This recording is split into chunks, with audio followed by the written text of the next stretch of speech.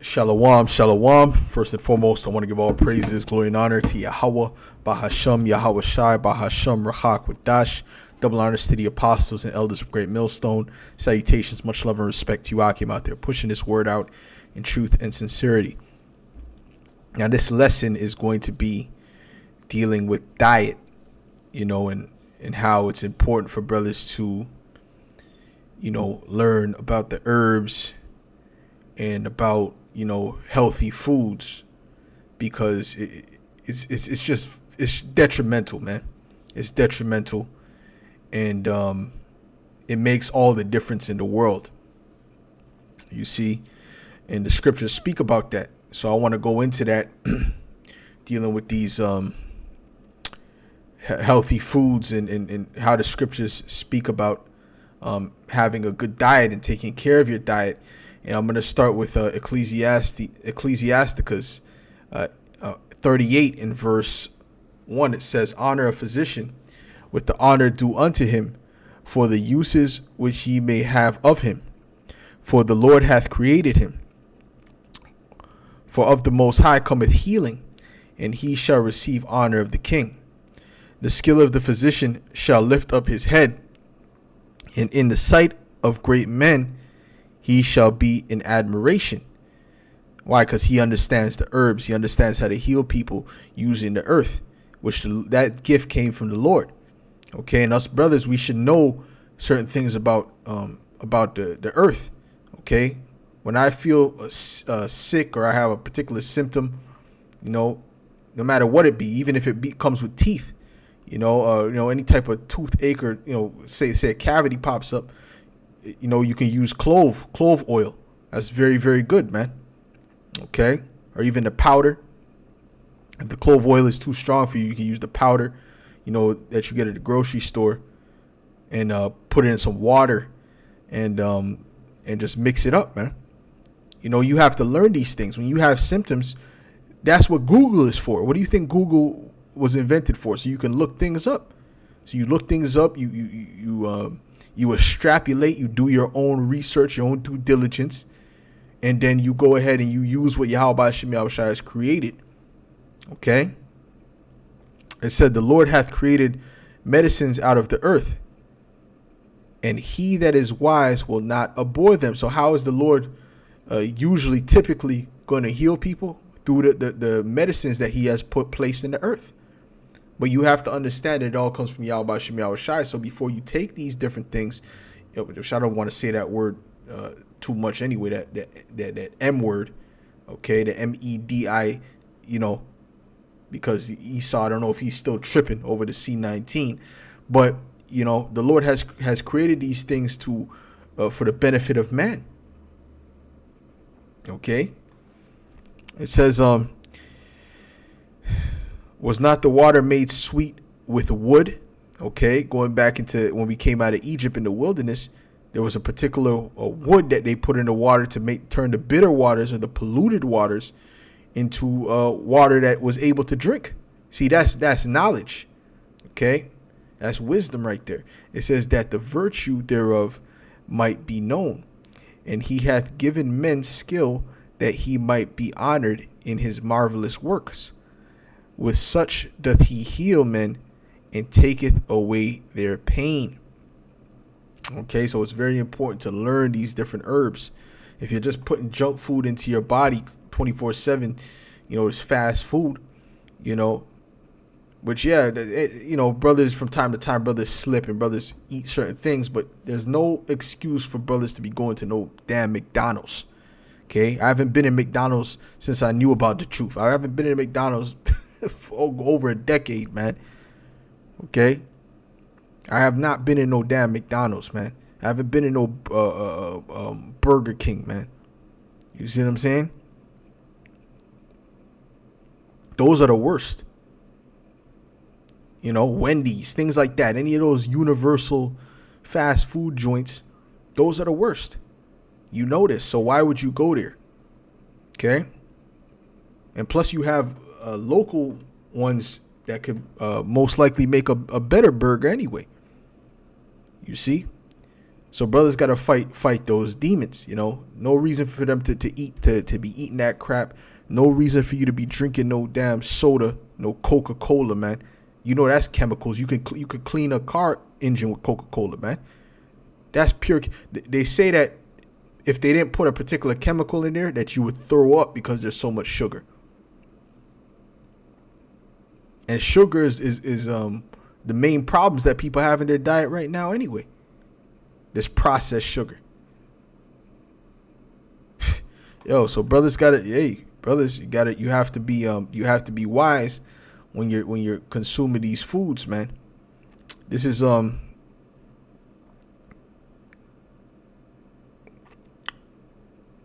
right. This is Ecclesiastes 37:30. It says, "My son, prove thy soul in thy life, and see what is evil for it, and give not that unto it." You didn't learn that fast food is evil. You didn't learn that didn't benefit your body, that the soda was no good for your body. You didn't learn that yet. It says, "For all things are not profitable for all men, neither hath every soul pleasure in everything."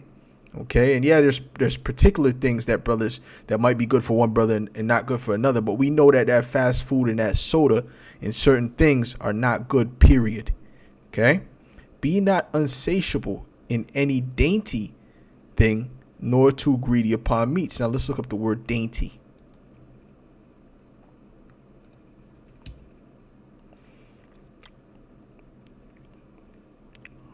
The word dainty is delicately small and pretty, fastidious or difficult to please, typically concerning food. Something good to eat, a delicacy, right? Like something that's tasty, something that's addictive, like like pastries and things of that nature, or even chips. Don't be too consumed with those things that are good, that taste good, that you can never get enough of. It says, "Be not unsatiable in dainty things, nor too greedy upon meats. For excess of meats bringeth sickness, and surfeiting will turn into choler." Right? So you don't want to eat too much meat. You got to balance out the meat that you're eating. You don't want to eat breakfast, got meat on the plate. Lunch, you got meat. The dinner, you got meat. That's no good. Okay? And Esau, what he tells you is healthy is just lies, because everything Esau does is a lie. It's all based upon marketing and him trying to sell certain things. That's why bacon is so popular. This devil's a master witch, a warlock. Okay? So ultimately, man, you have to manage how much meat you eat. Now, when you deal with the word surfeiting, that's like to eat till you're till you're at capacity, man. Your stomach is bloated. Okay, matter of fact, let's look up the word surfeiting real quick. When you ate too much. Okay, you feel it. You feel when you step past your limit. Okay, it says surfeiting or surfeit. It says cause someone to desire no more, or something as a result of having consumed or done it to excess. Yeah, overindulge. Okay, stuff. When someone's stuffed, that means they done push themselves to the limits. You don't want to do that. You want to eat until you're satisfied. Okay, and that's the thing with those dainties, chips and pastries. They're addictive. So you could really never have enough. It says by surfeiting. Oh, let's look up the word choler, right? Because it said the surfeiting will turn into choler. Now let's look up the word choler. The word choler says,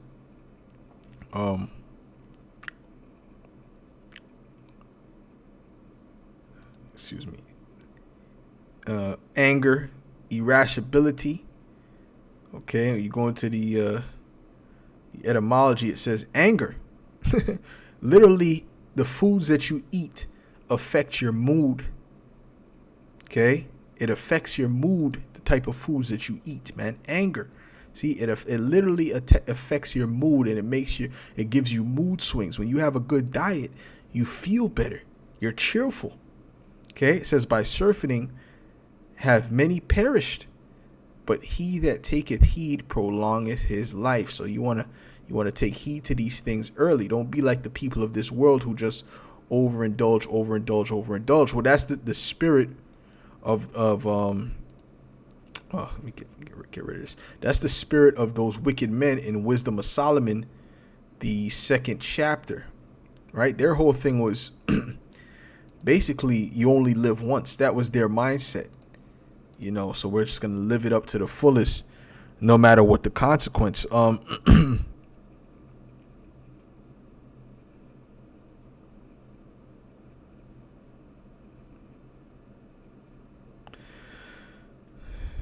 Okay, so it says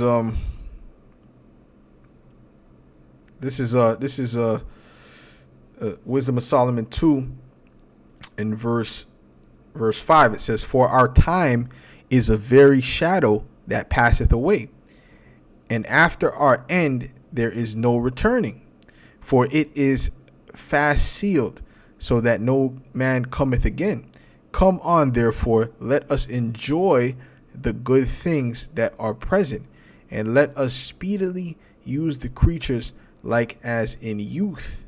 Let us fill ourselves with costly wine and ointments, and let no flower of the spring pass by us. Let us crown ourselves with rosebuds before they be withered. So they're not in the spirit of abstinence or self-control.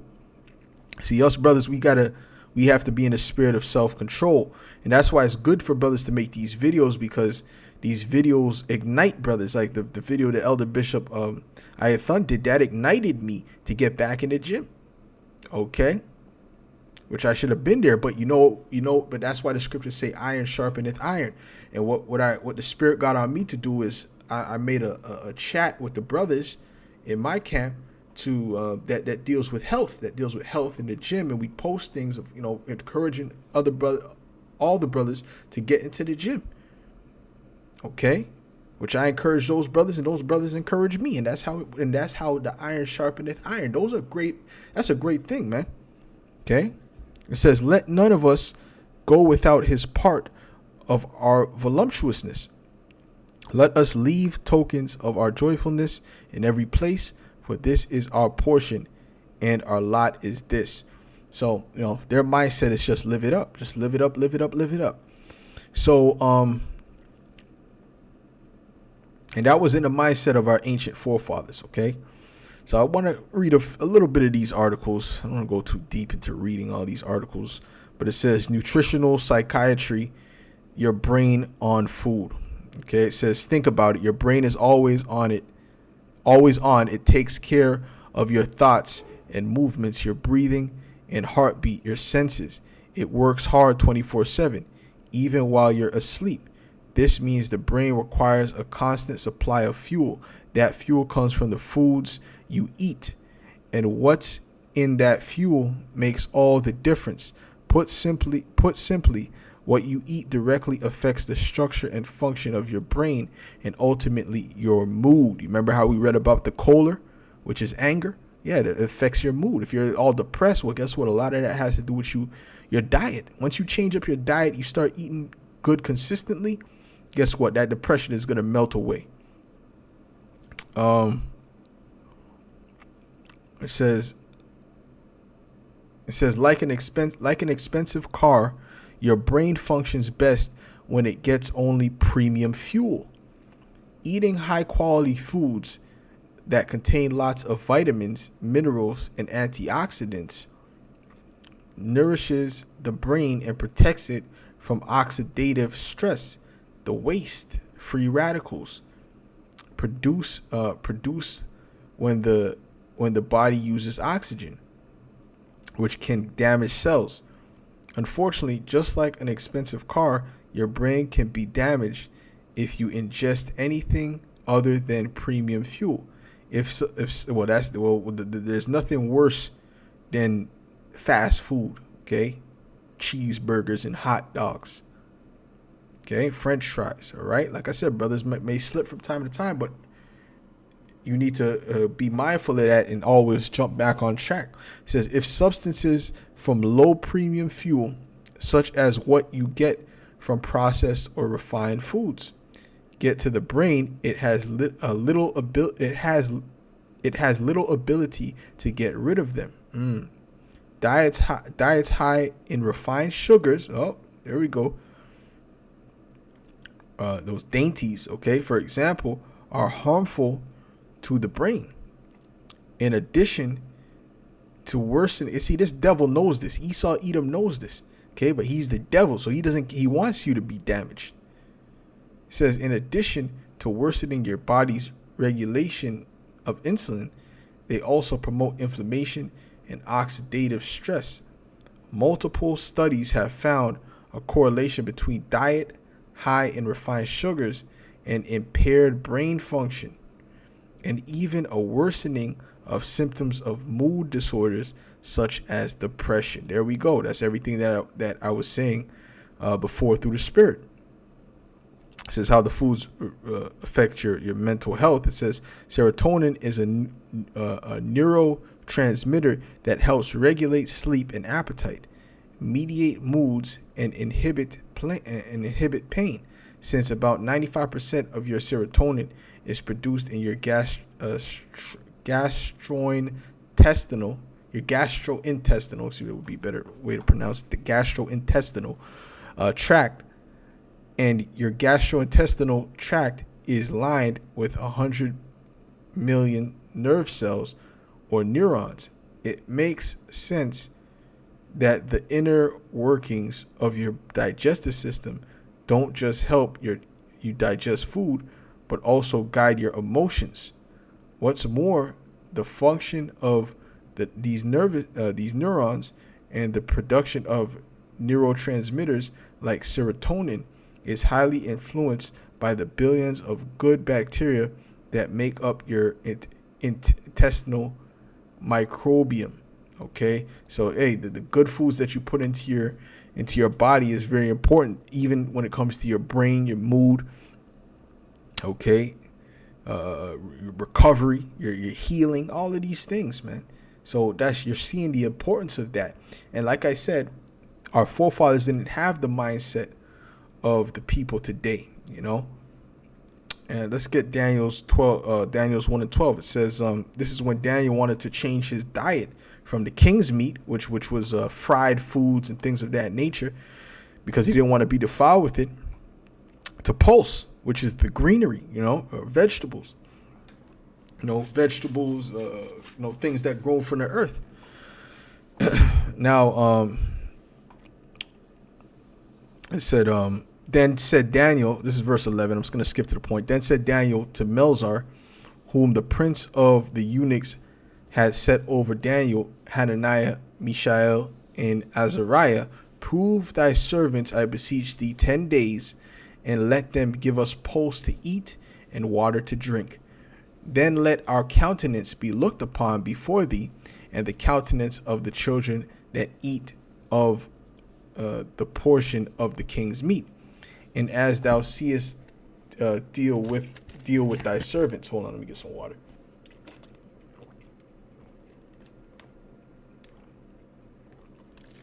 It says, so he consented to them in this matter and proved them 10 days. And after the 10 days, their countenance appeared fairer, meaning more beautiful, and fatter in flesh than all the children. See, when it said fairer, it didn't mean they got light skin. Okay, it didn't mean they were dark skinned that day and then he turned into a yellow bone. No, you see, because that's Esau's witchcraft. First of all, when someone's light skinned, that doesn't mean they're fair. They're fairer. That's witchcraft. Okay, they're trying to correlate light skin with beauty, which is, like I said, that's nothing but wizardry. Okay, it means they looked more beautiful. Their countenance was more beautiful. Okay, and at the end of the 10 days, and you're gonna look better if you eat well. Okay, and at the end of the 10 days, their countenance appeared fairer and fatter in flesh than all the children which did eat the portion of the king's meat. Thus Melzar took away the portion of their meat and the wine that they should drink, and gave them Paul. See, because you have to even abstain from yayin too. You can't be drinking too much. All right, because what's that going to lead to? It's gonna mess you up too. Okay. Drink too much, that'll lead to you getting estrogen, man. Estrogen, it'll increase estrogen in you, man. Okay. It says, as for so anyway, so that was the point on that. I mean, that's pretty much the point. I didn't want to make this a long video, so like that was pretty much the point. So with that, Lord willing, you were edified, because the point is, brothers just got to take care of their diet. You know, you got to start trying to eat the right things to the best of your ability. Pray on it. That the Lord put the spirit on you to do it, because you really need to be in the spirit to get on a serious diet. You really have to be in the spirit, because the demons are constantly attacking. You know, it's a fact. It's a fact. So I'm not gonna act like it's just, oh yeah, you just wake up one day, I'm gonna do it. Not necessarily, man. Okay, this is a spiritual war. All right. So with that, Lord willing, this was edifying to the elect. And I'll say shalom. All praise, glory, and honor to Yahweh, Ba'ashem, Yahweh Shai, Ba'ashem, Rachak Wadash. Shalom.